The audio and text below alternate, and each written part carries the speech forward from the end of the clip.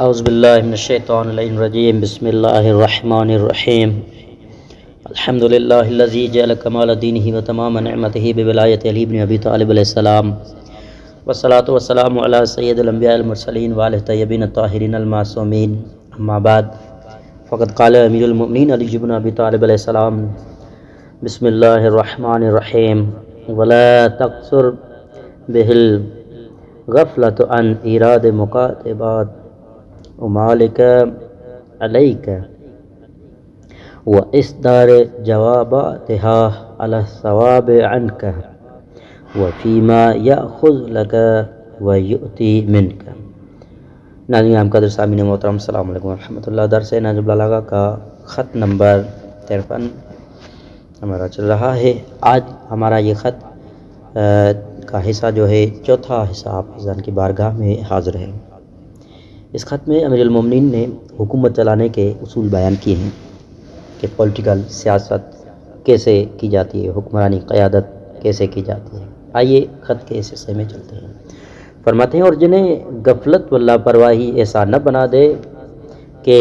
وہ تمہارے گورنروں کے خطوط پیش کرنے میں یا تمہارے خطوط ان کو روانہ کرنے میں سستی کرنے لگے اور ان کے نام تمہاری طرف سے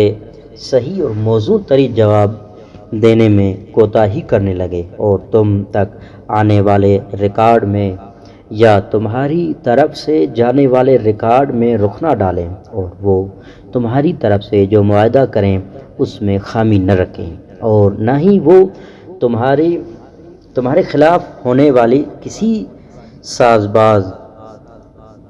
کا توڑ کرنے میں کمزوری و لاپرواہی برتے اور ساتھ ہی وہ محرر اپنے مرتبہ اور مقام سے جاہل نہ ہو تاکہ اپنی خدمات کو ٹھیک انجام دے سکے۔ اس لیے کہ جو شخص خود اپنے مرتبہ اور مقام سے جاہل ہوگا تو وہ دوسروں کے مرتبے اور مقام سے جاہل تر ہوگا۔ پھر یہ کہ ان محرروں یا ریکارڈ کیپروں کو انتخاب کرنے میں تم اپنی فراست یعنی عقل مندی اور خوش اعتمادی اور حسن ظن پر بھروسہ نہ کر لینا، کیونکہ چالاک لوگ بناوٹی حالات اور خوشامندانہ خدمات کے ذریعے سے حکمرانوں کی نظروں میں سما کر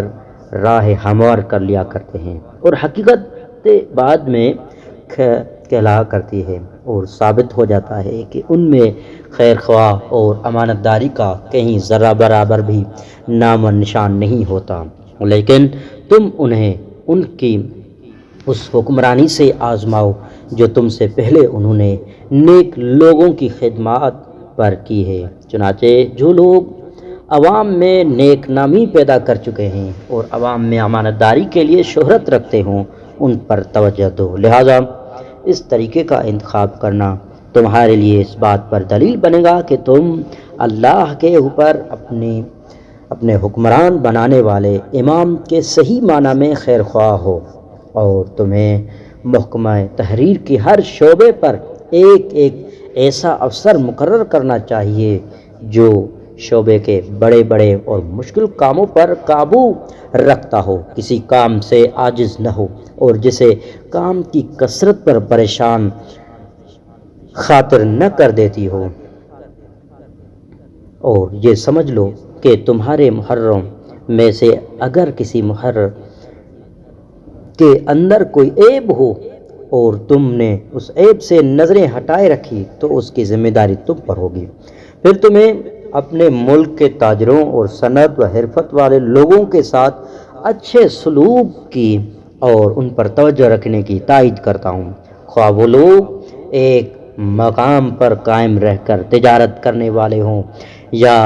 پھیری لگا کر بیوپار کرنے والے ہوں اور یا جسمانی محنت و مزدوری یا دستکاری سے کمانے والے ہوں۔ حقیقتاً یہی لوگ منافع کا سرچشمہ ہے اور ضروریات کی چیزیں فراہم کرنے کا ذریعہ ہوتے ہیں، اور وہی لوگ ہیں جو دور دراز علاقوں سے خشکیوں سے اور سمندری راستوں سے گزر کر تمہارے میدانوں اور پہاڑوں کو عبور کر کے اور ایسے ایسے مقامات سے سامان ضرورت لاتے ہیں جہاں عام انسانوں کا پہنچنا ممکن نہیں ہوتا ہے اور نہ عام لوگ وہاں پہنچنے کی جرات کر سکتے ہیں۔ بہرحال تاجر اور صنع امن پسند ہوتے ہیں، ان سے کسی آفت اور بلا سے تجھے ڈرنے کی ضرورت نہیں ہے، اور صلح پسند ہوتے ہیں، ان سے کسی شر اور فساد کی توقع نہیں ہوتی ہے۔ تم ان کے حالات و معاملات کی جانچ پڑتال کرتے رہنا، خواہ وہ تمہارے سامنے ہو یا تمہارے شہروں میں پھیلے ہوئے ہوں، اور اس کے ساتھ ہی یہ بھی سمجھ لو کہ ان میں کثرت کھلی تنگ نظر ہوتی ہے، اور کچھ سخت بخیل اور کنجوس بھی ہوتے ہیں، اور زیادہ منافع خوری کے لیے مال و اسباب کو روک لیتے ہیں، اور خود ہی زبردستی فروخت کے لیے مہنگے بھاؤ طے کر لیتے ہیں، اور عوام الناس کے لیے مہنگے بھاؤ نقصان کا دروازہ ہوتا ہے اور حکمرانوں کی بدنامی کا ایک سبب بنتا ہے۔ لہذا تم ذخیرہ اندوزی اور مہنگے بھاؤ کو منع کر دینا۔ یقیناً رسول اللہ صلی اللہ علیہ وآلہ وسلم نے اس سے منع فرمایا ہے، لہذا خرید و فروخت کے لیے آسان اور سلجھا ہوا طریقہ ہونا چاہیے، انصاف کے ساتھ ناپ تول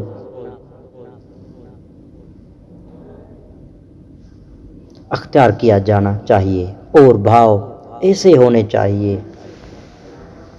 کہ دونوں میں سے بیچنے والے کو نقصان ہو نہ خریدار گھاٹے میں رہے۔ اگر تمہارے ممانعت کے بعد بھی کوئی ذخیرہ اندوزی کرے تو اسے رسوا کن مناسب حد تک سزا دینا، اور سزا دینے میں حد سے نہ بڑھ جانا۔ پھر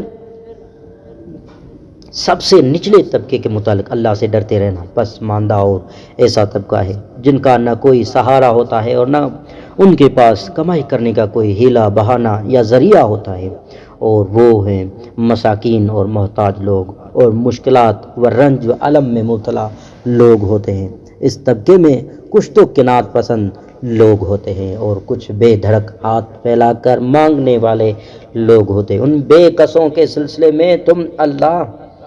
کہ اس حق کی ادائیگی کا خیال رکھنا جس کا اس نے تمہیں ذمہ دار بنایا ہے۔ لوگوں کو دینے کے لیے ایک حصہ تو اپنے بیت المال میں سے مقرر کر دینا، اور ایک حصہ ہر شہر کے اس غلے میں سے دینا جو اسلامی غنیمت میں آئے ہو یا زمینوں سے وصول ہو کر تمہارے پاس آنا چاہیے، اس لیے کہ اس غلے میں دور رہنے والوں کا اتنا ہی حصہ ہے جتنا نزدیک رہنے والوں کا حصہ ہے، اور تم ان سب کے حقوق کے ذمہ دار بنائے گئے ہو، لہذا تمہیں فارغ البالی ان کی طرف سے غافل نہ کرنے پائے، کیونکہ ان کے سلسلے میں کسی معمولی سے معمولی بات میں بھی یہ عذر قبول نہ ہوگا کہ تم نے بہت سے اہم احکامات اور مہمات کو پورا کرنے پر توجہ رکھی تھی، چنانچہ ان کی طرف سے کسی مہم کی وجہ سے تمہاری توجہ نہ ہٹے، اور ان سے کبھی اپنے گال پھیلا کر نہ رکھنا، اور جو لوگ آسانی سے تم تک نہیں پہنچ سکتے ان کے صحیح حالات جاننے کا انتظام کرو، جن کو پھٹے حال کی بنا پر لوگوں کی آنکھیں دیکھنا پسند نہ کرتی ہو، لوگ جن کو حقارت سے دیکھتے ہوں، تم ان کے لیے اپنے معتبر آدمیوں کی ڈیوٹی لگائے رکھو جو خوف خدا رکھتے ہوں اور عاجزی اور تواضع سے پیش آتے ہوں، ایسے لوگوں کی ڈیوٹی لگاؤ جو تمہیں ان کے حالات اور معاملات پر پورا مطلع رکھیں، پھر ان کے ساتھ وہ طرز عمل اختیار کرنا جسے اللہ سے ملاقات کے دن اپنی نجات کے لیے بطور دلیل و عذر حجت پیش کر سکو، کیونکہ وہ لوگ باقی رعیت میں سب سے زیادہ انصاف کے محتاج اور حقدار ہیں، اور ویسے تو تمہیں ساری رعایا کے حقوق ادا کر کے اللہ کے روبرو سرخرو ہونا پڑے گا، اور تمہیں چاہیے کہ تم یتیم بچوں اور نہایت بوڑھے اور ناطاقت لوگوں کا زیادہ خیال رکھو، اس لیے کہ ان کے پاس روزی کمانے کا کوئی ہیلا اور ذریعہ بھی نہیں ہے، اور نہ مانگتے پھرنے ہی کی طاقت و فرصت اور سوجھ بوجھ رکھتے ہیں، اور انہیں کے حالات ہوتے ہیں جو حکمرانوں پر گراں گزرتے ہیں، اور حق تو سارا ہی گراں گزرتا ہے، مگر جو اقوام عاقبت اور انجام کی کامیابی چاہتی ہے اور صبر و ہمت پر کاربند رہتی ہے، اللہ ان کے لیے حق کی گرانی کو کم کرتا چلا جاتا ہے، اور وہی اقوام ہوتی ہے جو اپنے لیے کیے ہوئے اللہ کے وعدوں پر بھروسہ کرتی ہے اور اللہ کے وعدوں کی توثیق کرتی ہے، اور تم اپنے اوقات کا ایک حصہ حاجت مندوں کے لیے مقرر کر کے اور باقی تمام کاموں سے فارغ ہو کر تیار رہا کرو، اور صرف حاجت مندوں کے لیے قائم کی ہوئی مجلس میں ان کے لیے بیٹھنا، اور اپنے خالق کی خاطر ان کی نہایت آؤ بھگت اور خاطر مدارات کیا کرنا، اور اپنے فوجیوں، پہرہ داروں، پولیس والوں اور اپنے مشیروں کو بھی اس مجلس میں نہ آنے دینا، تاکہ ہر محتاج و مسکین و یتیم و ضعیف شخص تم سے بے دھڑک بات کر سکے، اور جو کچھ کہنا چاہتا ہو اور جس طرح کہنا چاہتا ہو بلا تکلیف کہہ سکے۔ یقیناً میں نے رسول اللہ صلی اللہ علیہ وآلہ وسلم کو فرماتے ہوئے سنا ہے کہ جو مختلف مواقع فرمایا کرتے تھے کہ اس امت میں پاکیزگی نہیں آ سکتی جس میں کمزور لوگوں کا حق طاقتور لوگوں سے چھین کر نہیں دلایا جا سکتا۔ پھر یہ بھی سمجھ لو کہ اگر ضرورت مندوں کی طرف سے تندی اور سختی کا رویہ پیش آئے اور وہ بات کہنے میں الجھیں تو اسے برداشت کر لینا، اور ان کے جواب میں تنگ دلی،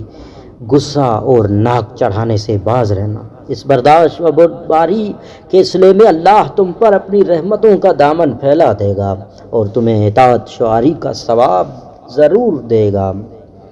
اور ضرورت مندوں کو جو کچھ عطا کر خوشی خوشی اور بڑے پیار سے دیا کرنا، اور جو کچھ نہ دے سکو ان کے لیے بھی بڑے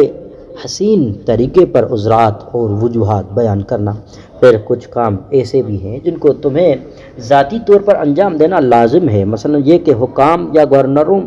کے ان خطوط و مراسلات کا جواب دینا ہے جو محرروں کے قابو نہ ہوں یا خفیہ ہوں، اور یہ کہ جب تمہارے سامنے لوگوں کی حاجتیں پیش کی جائیں اور تمہارے متعلقہ عملہ کے لوگ ان کے پورے کرنے میں حرج محسوس کریں، اور چاہیے کہ ہر روز کا کام روزانہ مکمل کیا جاتا رہے، اس لیے کہ ہر دن اپنے ہی کام کے لیے مخصوص ہوتا ہے، اور اپنے ذات کے لیے اپنی اور اللہ کے درمیان تم تمام اوقات میں سے کچھ بہترین وقت مقرر کر لینا۔ والسلام علیکم ورحمۃ اللہ وبرکاتہ۔ اس خط کا بقیہ حصہ آئندہ دروس میں۔